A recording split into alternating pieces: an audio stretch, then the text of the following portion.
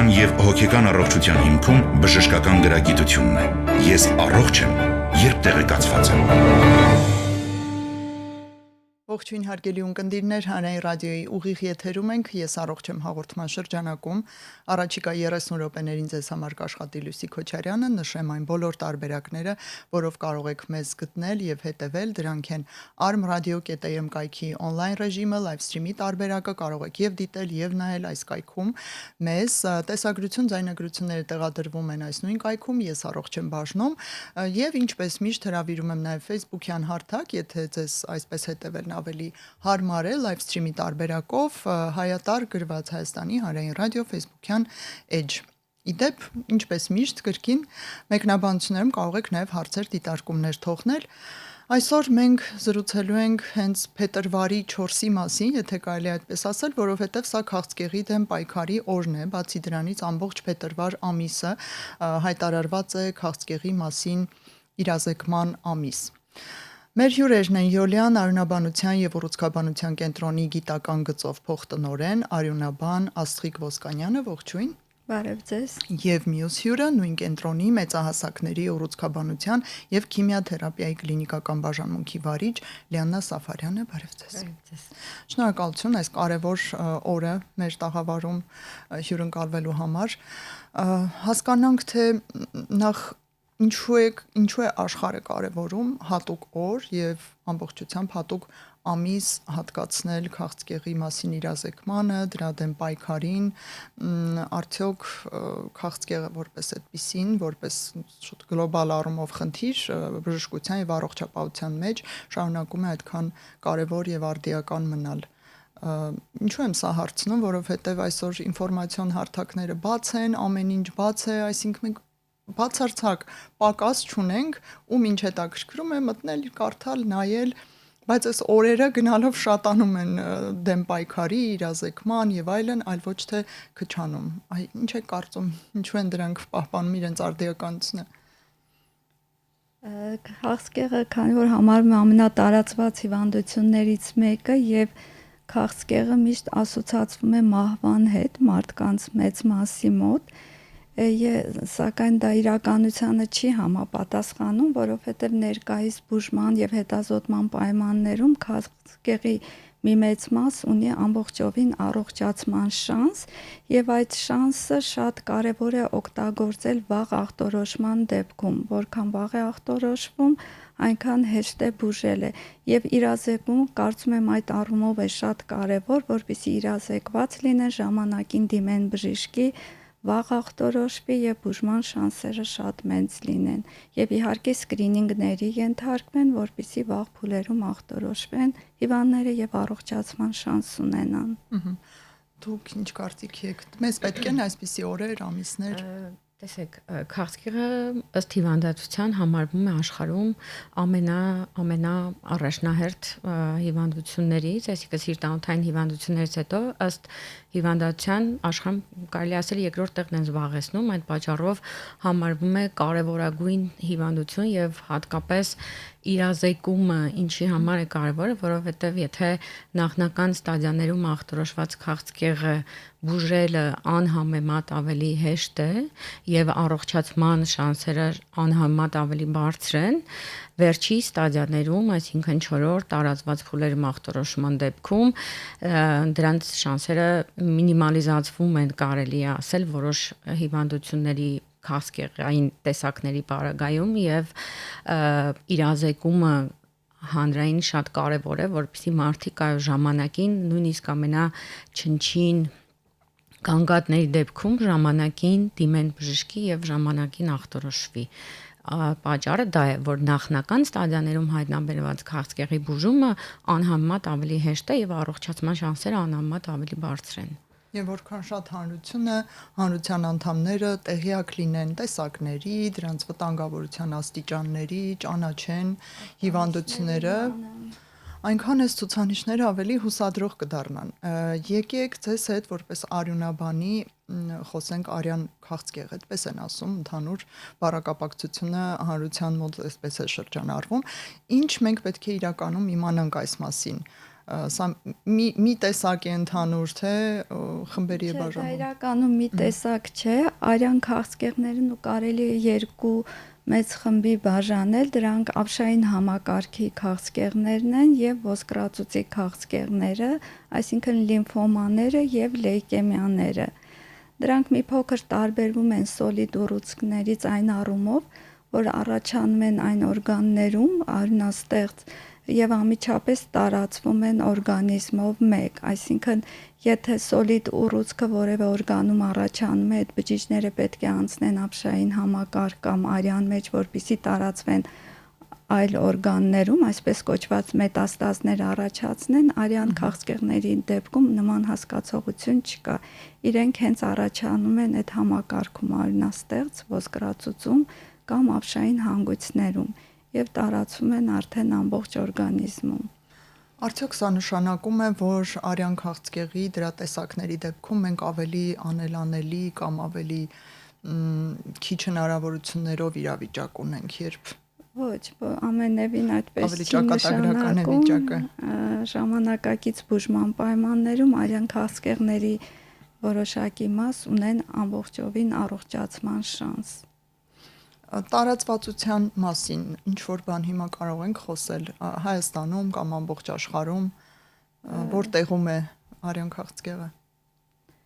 Տարածվածության առումով պետք է ասեմ, որ մեր կլինիկայում տարեկան մոտավորապես ախտորոշվում է 1000 առաջնակի հիվանդ, 900-ից 1000։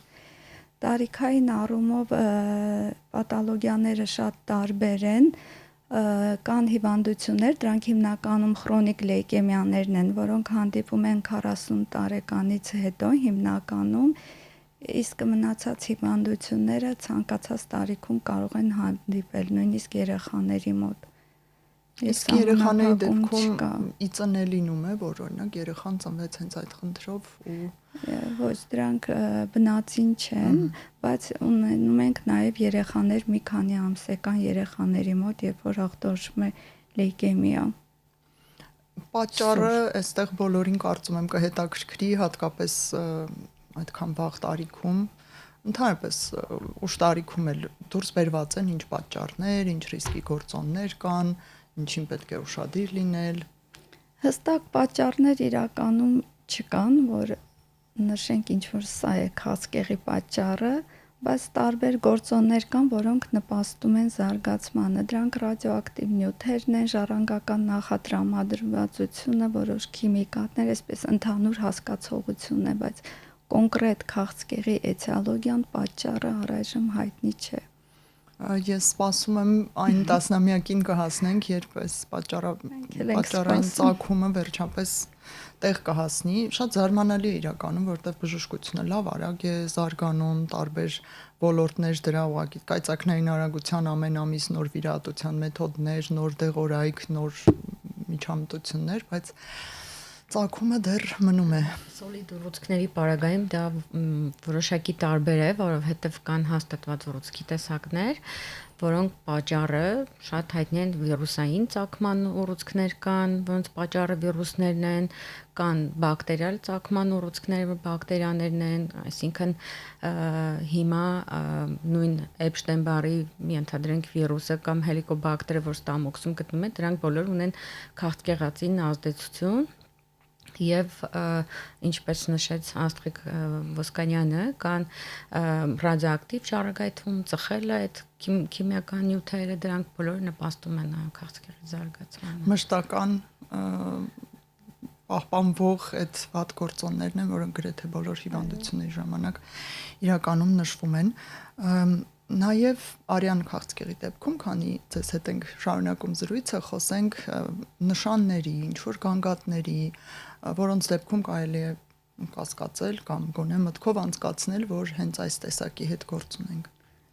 Գանգատները ընդհանուր գանգատներ են լինում լեյկեմիաների ժամանակ, հիմնականում ընդհանուր թուլություն, հոգնածություն, կարող են առաջանալ արյունահոսություններ, քթային, լնդային, արգանդային, մաշկի վրա արյունազեղումներ լինել, երբեմն կարող է բարձր ջերմությամբ ուղեկցվել, հոդացավեր լինել, իսկ լիմֆոմաների ժամանակ այս ամենին զուգահեռ նաև հիվանդները կարող են նկատել ուռուցքանման գոյացություններ, մարմնի տարբեր հատվածներում, հիմնականում անոթային շրջաններում, պարանոցի շրջանում, աճուկային շրջանում եւ այս բոլոր ախտանիշների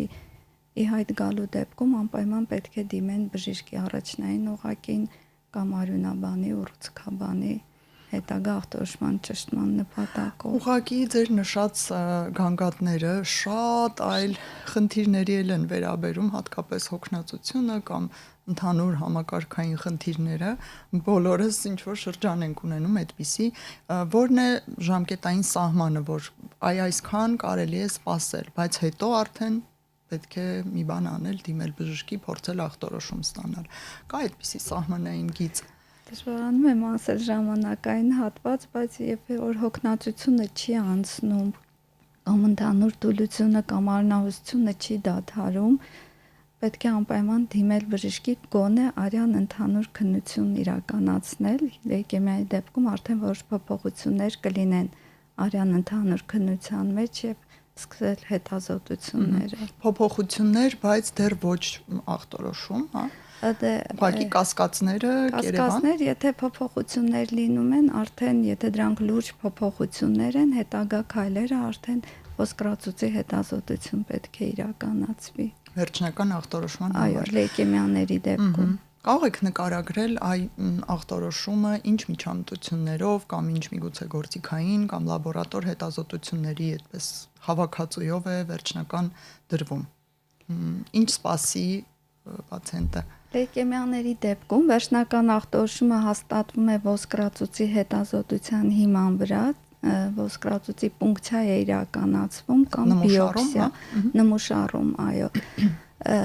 կամ բիոպսիա, կոնքոսկրից ոսկրի փոքրիկ կտոր է հեռացվում հատուկ ասեղների միջոցով, որոնք հետագայում ենթարկվում են հիստոլոգիական եւ իմունոհիստոքիմիական քննության, որոնց հիման վրա մանրածնին դրվում է ախտորոշումը լեյկեմիան իր տեսակով եւ այլն։ Իսկ լիմֆոմաների դեպքում, երբ որ դիտվում է ապշային հանգույցների մեծացում, կատարվում է բիոպսիա, այսինքն ապշային հանգույցներից մեկը հեռացվում է եւ նույնպես ենթարկվում է հիստոլոգիական եւ իմունոհիստոքիմիական քննության, որ լեյկեմիաներն էլ լիմֆոմաներն էլ ունեն շատ տարատեսակներ, դրանցից յուրաքանչյուրը ունի իր բուժման պրոտոկոլը, մոտեցումը, դրա համար դրանք շատ մանրամասն պետք է հետազոտել, հասկանալ ճշգրիտ ախտորոշումը եւ անցնել արդեն բուժման։ Իսկ որ տեսակներն են, որոնք առանձնապես ագրեսիվ զարգացող են կամ ապրելիության առումով վատն են, ավելի կարող ենք այսպես նշել։ Սուր լեյկեմիաները ավելի ագրեսիվ ընթացք ունեն, բայց ունեն լրիվ առողջացման շանս, բայց ընթացքը ագրեսիվ է շատ։ Քրոնիկ լեյկեմիաները առողջացման շանս այստեղ չկա, բայց երկար տարիներ դեղորայքով հիվանդները ապրում են, նույնիսկ 10 տարի մինչև 20 տարի կարող են ապրել։ Լիմֆոմաները եւս երկու խմբի են բաժանվում, մի մասը ագրեսիվ են, ելի ունեն առողջացման շանս, եւ կան այսպես կոչված ինդոլենտ դանդաղ աճող լիմֆոմաներ, որոնց դեպքում բուժումը ագրեսիվ չէ եւ հիվանդները ելի երկար տարիներ ապրում են բուժման շնորհիվ։ Ուղղակի դինամիկ հսկողությամբ։ Դինամիկ հսկվում են, եթե անհրաժեշտ է որոշակի բուժում, այսպես։ Հասկանալի է։ Դուք նշեցիք, որ գոնե առաջին օղակի մասնագետին պետք է դիմել նման գանգատների դեպքում, արդյոք ընդհանուր թերապևտները, ընտանեկան բժիշկները, հիմա այդպես տարբեր անվանումներով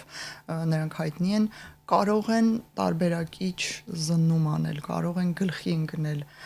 Դուք գոհ եք իրավիճակից, որպես վերջին օղակ, երբ հայտնվում են ձեզ մոտ։ Իրենք երբ որ հայտնաբերում են փոփոխություններ, շատ զգոն են արյան հիվանդությունների նկատմամբ, երբեմն նույնիսկ չափազանցված ձևով անմիջապես ուղարկում են արյունաբանի մոտ։ Հա, այսինքն այսօր չունենք այդ խնդիրը շատ շփոթելու, շատ թեր ախտորոշում անելու։ Նույնիսկ հակառակ ավելի շատ, որովհետև այդ բոլոր գանգատները եւ այդ բոլոր հիվանդություններից մարդկանց համընդհանուր վախը նաև բժիշկների մոտ է առկա եւ ցանկացած ամենաթույլ շեղման պարագայում, երբ որ դա շատ հեշտ կարող են իրենք էլ երբեմն շտկել, այնուամենայնիվ ուղարկում են մասնագետի մոտ։ Դա լավ է։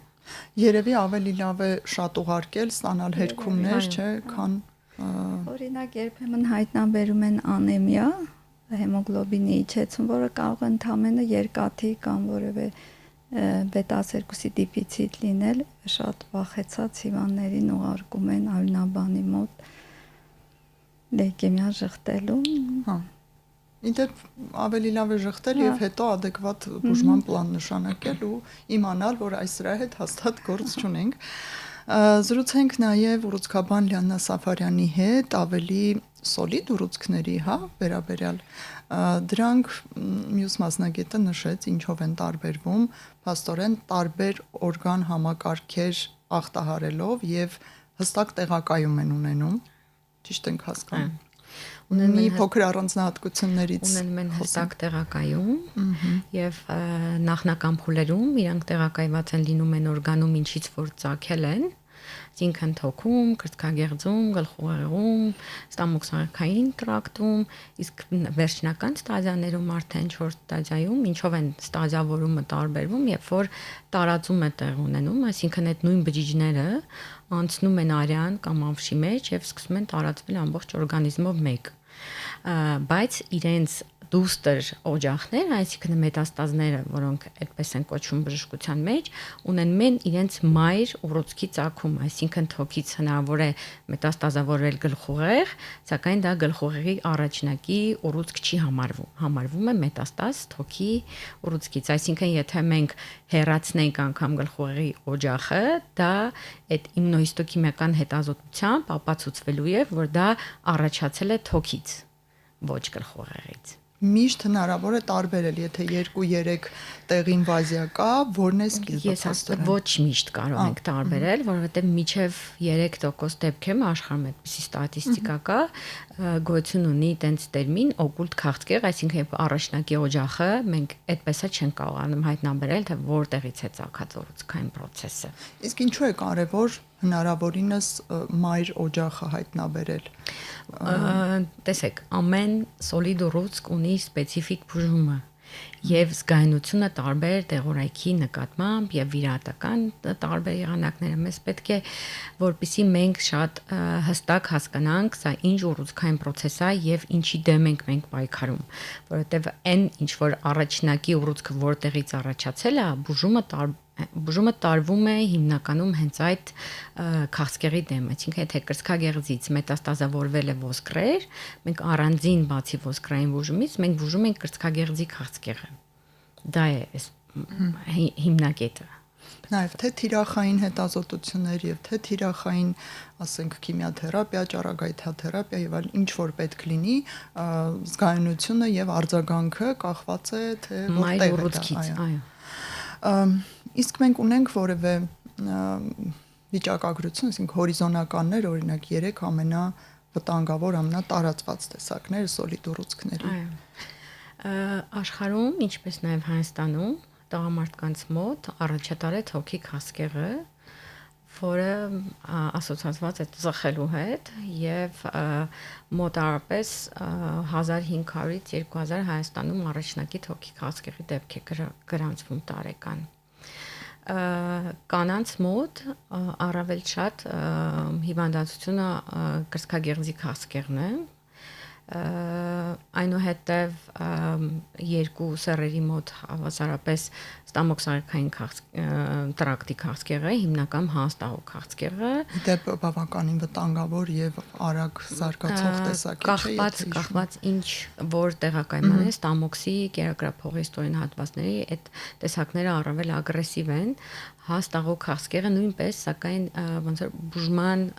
ժամանակակից մեթոդները պրոգնոստիկ իրենց հիմա որոշակի ավելի լավն են դարձնում։ Իսկ սոլիդ ուռուցքների դեպքում հնարավոր է հստակ ինչ-որ գանգատներ, ազդանշաններ դուրս բերել, օրինակ արյան դեպքում մի քիչ շատ էին ընդհանուր եւ դրանով իսկ ավելի վախենալի են թվում։ Այս դեպքում ինչ ունենք։ Այդ նույն գանգատները ընդհանուր թուլություն, չգիտեմ, տարբեր քաշի կորուստ, ինչ որ բնորոշ է, կարող են լինել բոլոր ուռուցքային process-ի պարագային որպես պարանեոպլաստիկ համախտանիշ, այդպես է կոչվում։ Սակայն կան որոշակի սպეციფიկ գանգատներ, նույն թոքի քաղցկեղի պարագային, որը առավել հաճախ է հանդիպում, օրինակ արնախխումը, երկարատև հազ, նույն ջերմությունն էլ երկարատև կարող է լինել, չբուժվող թոքաբորբը, երկար ընթացք կամ կրծքագեղձի քաղցկեղի պարագայում ուռուցքային գոյացության շոշափում կրծքագեղձում, որը կարող են տեսնել ինքը նույնպես ախտանիշ է, բայց համընդհանուր ես ասեմ դա միանշանակ չէ, որովհետև կարող է լինել տարածված ուռուցքային process ամբողջ օրգանիզմով մեկ, եւ ոչ մի գանգատ։ Երբեմն երրորդ, չորրորդ փուլում բավականին ծանր վիճակում նոր ինչ որ փոփոխություն են մարդիկ զգում եւ մտքներով անցնում, այսինքն շատ ուժեղ կասկածներ այստեղ իրոք չեն լինում ու շատ ճակատագրական վատ ելքերը հենց այս բարակայում են, որ տեսակներն են ամենալուրը ընթանում, ամենաքողարկվածը, որ հիմնականում երրորդ, չորրորդ փուլում են հայտնաբերվում, մենք կարող ենք հուշել։ Դժվարն է այդպիսի ուռուցքի տեսակներ ասել, որոնք ամենալուրն են։ Չկա երևի թե տենց որ ասենք ամենալուրն են, սակայն բոլորի դեպքում էլ բոլոր տեսակի քաղցկեղների պարագայում էլ երրորդ, չորրորդ ստադիայում կարող է որևիցե գանգատ չգրանցվել պացիենտների մոտ։ Եվ լսարանին միշտ հետաքրքրում է, որ տեսակներն են, որոնք ամենալավն են տրվում բուժման, միանշանակ, այսպես ոչնչացվողն են, օրինակ տեսակետ կա, որ դա շագանակագեղձի քաղցկեղն է, շատ հեշտ հայտնաբերվում է, հարցը արագ լուծվում է, կանանց դեպքում ասում են արգանդի պարանոցի քաղցկեղն է, էլի կանխարգելելի է, նաև մինչև վերջ բուժելի է։ Ինչ կասեք, ճիշտ ենք պատկերացնում, թե ոչ։ Ես իհարկե համակարծիք չեմ, որ հենց արգանդի պարանոցի քաղցկեղը հեշտ ախտորոշվող հիվանդություն է, սակայն բուժումը այդքան էլ հեշտ չէ եւ այո ժամանակակից ճառագայթային թերապիաների պրոգնոզը անհամեմատ ավելի լավացել է, սակայն բացի դրանից ին որպես ուռուցքաբան կան ուռուցքի տեսակներ, որոնք վատ պրոգնոզ չունեն որպես այդպեսին օրինակ տղամարդկանց մոտ հատկապես երիտասարդ տղամարդկանց մոտ հանդիպող համորձու քաղցկեղը տիպիկ տեստիկուլար քաղցկեղը տիպիկ սեմինոման ինք վատ պրոգնոզ չունի, այսինքն իրենք միջին ու լավ ռիսկի պացիենտներ են հիմնականում մոտավորապես 95 եւ ավել տոկոս առողջացման են բերում պացիենտներին։ Սա շատ լավ թիվ է։ Իսկապես ուռուցքաբանության մեջ։ Եվ բոլոր տեսակի սոլիդ ուռուցքների պարագայում նախնական ստադիաներում հայտնաբերել թե ուռուցքի տեսակի շատ կոպիտ օրինակ բերեմ, եթե առաջի ստադիայում հայտնաբերելու պարագայում առողջացման շանսերը 90 եւ ավել տոկոս է, 4-րդ ստադիայի դեպքում շատ քաղցկեղների պարագայում դրանք 10%-ից 5%-ից ավելի ցածր են։ Եվ իհարկե կրծքագեղձի քաղցկեղը, որ կրծքագեղձի քաղցկեղը շատ լայն հասկացություն է, շատ լայն հիվանդություն է, որի մեջ տարբեր տարատեսակներ են մտնում, որոնք շատ տարբեր պրոգնոստիկ եւ շատ տարբեր բուժման մոտեցումներ ունեն, նաեւ պրոգնոստիկ առումով շատ տարբեր են։ Եվ կան հորմոն կախյալ տեսակներ, որոնք շատ դանդաղ ընթացք ունեն, այսինքն կինը կարող է տարիներով դա նկատել եւ զգալ, որ դա արագ չի մեծանում, դրա համար չդիմել բժշկի, որովհետեւ իրանք դանդաղ աճող տեսակներ են։ Եվ հորմոնալ բուժման պարագայում իրենք շատ լավ ենթարկվում են բուժման անգամ 4-րդ փուլի պարագայում։ Անպայման հասցնենք կանխարգելիչ սկրինինգային հետազոտություններից էլ խոսել, բժիշկ Արունաբանը նշեց պարբերաբար արյան ընդհանուր լաբորատոր քննություն հանձնել։ Սա արյան քաղցկեղի տեսակների դեպքում։ Գանգատներ չկան, տարին մեկ անգամ արյան ընդհանուր անալիզը բավարար է։ Լավ։ Ձեզ հետ էլ ուրեմն սոլիդ ուռուցքների այ 3-ը նշեցինք, այսօր հազիվ հասցնենք դրան։ Թոքի քաղցկեղ կա ինչ-որ սկրինինգային ծրագիր, տարին մեկ կամ կես տարին մեկ հանձնելու։ Այո, ես որպես բժիշկ, օրինակ տարեկան 2 անգամ մենք ֆլուորոգրաֆիկ հետազոտության ենք ենթարկվում, եւ դա շատ մասնագիտություններ, որոնք ռիսկային են, կան ծրագրեր, որ նույնպես մարդիկ տարին 2 անգամ կրծքավանդակի ռենտգեն հետազոտություն են անցնում, որպեսզի վաղ փուլերում հայտնաբերվի թոքի քաղցկեղը։ Կան ծրագրեր մամոգրաֆիկ հետազոտությունների հետ կապված, հատկապես այն կանայք, ովքեր ունեն ժառանգական տրամադրվածություն եւ ընտանիքում շատ են եղել կրծքագեղձի քաղցկեղի կամ զվարանի քաղցկեղի դեպքեր, իրենք հնարավորություն ունեն գենետիկ բարձելու ունեն իրենք այդ ռիսկը թե ոչ եւ ավելի, այսպես ասած, ավելի հաճախ հետազոտվել։ Իսկ այն բոլոր խմբերում մամոգրաֆիկ քննությունը 45-ից 50 տարեկանից ավելի բարձր, ու տարեկան 1 կամ 2 տարին 1 անգամ ցանկալի է որ անցնեն այդ հետազոտությունը։ Հետաքրքիր հարց ունենք գործիքային հետազոտությունների վերաբերյալ, արդյոք մագնիսառեզոնանսային տոմոգրաֆիան թե համակարգչային տոմոգրաֆիան է ավելի շատ տեսակի քաղցկեղներ հայտնաբերում, որտեղ երկուսն էլ պոլիօրգան կա, ամբողջ մարմնի MRT կա։ Ես ասեմ, որ կոմպյուտերային տոմոգրաֆիան ավելի մատչելի եւ հետազոտություն է, որը ավելի հեշտ կարող է հայտնաբերել քաղցկեղը։ Սակայն կոնկրետ ուռուցքների պարագայում կա որոշակի դեպքեր, երբ որ կոմպյուտերային տոմոգրաֆիան է ավելի ինֆորմատիվ, որոշակի դեպքերում MRT հետազոտությունն է ավելի ինֆորմատիվ։ Օրինակ գլխուղեղի ուռուցքների առաջնակի ուռուցքների պարագայում հիմնականում արվում է MRT հետազոտություն։ Իսկ օրինակ թոքի նույն քաղցկեղի պարագայում, երբ որ համընդհանուր կոմպյուտերային տոմոգրաֆիայի տևողությունը ամբողջ օրգանիզմի համար ընդամենը 5-ից 10 րոպե է, իսկ MRT-ն միայն մի հարկը նայում 40 եւ ավել րոպե է տևում եւ այդ առումով էլ ավելի կոմպյուտերային տոմոգրաֆիան ավելի գերադասելի է եւ հիմա ավելի ժամանակակից մեթոդ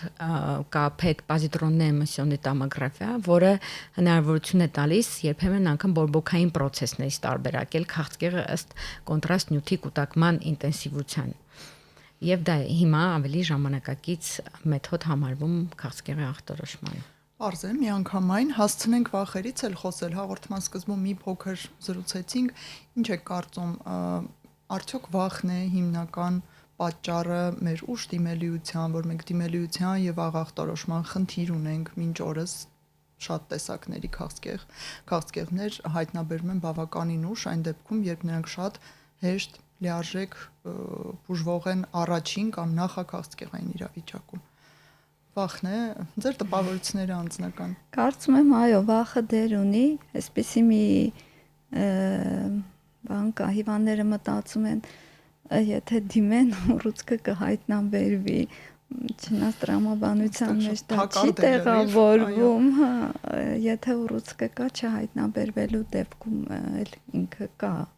ուղղակի կտարածվի, բայց նման մտածելակերպ կա, վախը խոչընդոտում է, որ դիմեն բժշկի։ Ուրիշ ինչ կնշեք, օրինակ ֆինանսական գործոն կամ առաջնահերթության գործոն կամ միգուցե կարծրատիպերն են շատ այս ոլորտում։ Գիտեք, մեկ վարկյանում, երբ որ մարդ իմանում է իր ախտորոշման մասին, փոխվում է իր ամբողջ կյանքը, ոչ միայն իր կյանքը, նաև իր հարազատների կյանքը, իր մտերիմների, ընտանիքի ամբողջ կյանքը, որովհետև դա բուժումը սովորաբար երկարատև է, այո, ֆինանսական երբեմն ծանրաբեռնվածությամբ եւ պացիենտի եւ հարազատների համար եւ այդ հոգեբանական ապրումները, այս դերմոնիկային բուժումը, կյանքի որակի, այսինքն, այո, վախը միանշանակ կա ու դա կա բոլորի մոտ, անկախ մասնագիտությունից, անկախ ամեն ինչից, որովհետև այդ հիվանդությունը, որը փոխում է քո ամբողջ կյանքը։ Երևի բժիշկների մոտ ամենամեծն է այդ վախը, որպես անհատ, որպես հիվանդ դիմելու էլ։ Բժիշկներն իրենք որպես անհատ, ձեզ մոտ կան այս կարծրատիպային վախերը, որպես բժիշկ ինչ կասեք։ Միշտ ասում են, չէ, բժիշկն էլ է մարդ, հոգեբանն էլ է մարդ, մենք ունենք այն բոլոր վախերը, որոնց դեմ խոսում ենք, ձեզ մոտ էլ է այդպես։ Ինձ մոտ այո։ Միգուցե ես անձնապես չունեմ ինքս իմ հանդեպ այդ վախը, բայց իմ հարազատների հանդեպ միշտ կա, այսինքն երբ որ տանը ինչ որ մեկը ինչ որ գանգատ ունի, ես որպես ուռուցքաբան միշտ մի բան եմ մտածում ու միշտ այդ բանն եմ աշխատում ժխտել,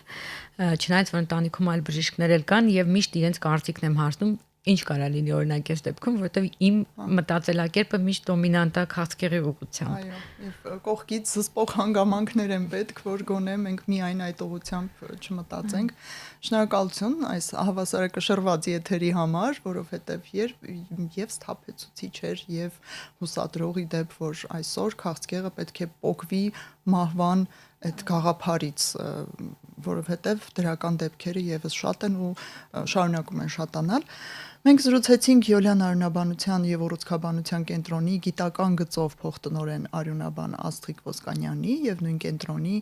մեծահասակների ուռուցքաբանության եւ քիմիաթերապիայի կլինիկական բաժանմունքի վարիչ Լիաննա Սաֆարյանի հետ։ Հուսամ էլի կհանդիպենք քաղցկեղի վերաբերյալ որևէ թեմայի շուրջ, կապահովենք իրազեկում։ Այսօրվա համար այսքանը։ Շնորհակալություն եւ ցտեսություն։ Ֆիզիկական եւ հոգեկան առողջության հիմքում բժշկական գրագիտությունն է։ Ես առողջ եմ, երբ տեղեկացված եմ։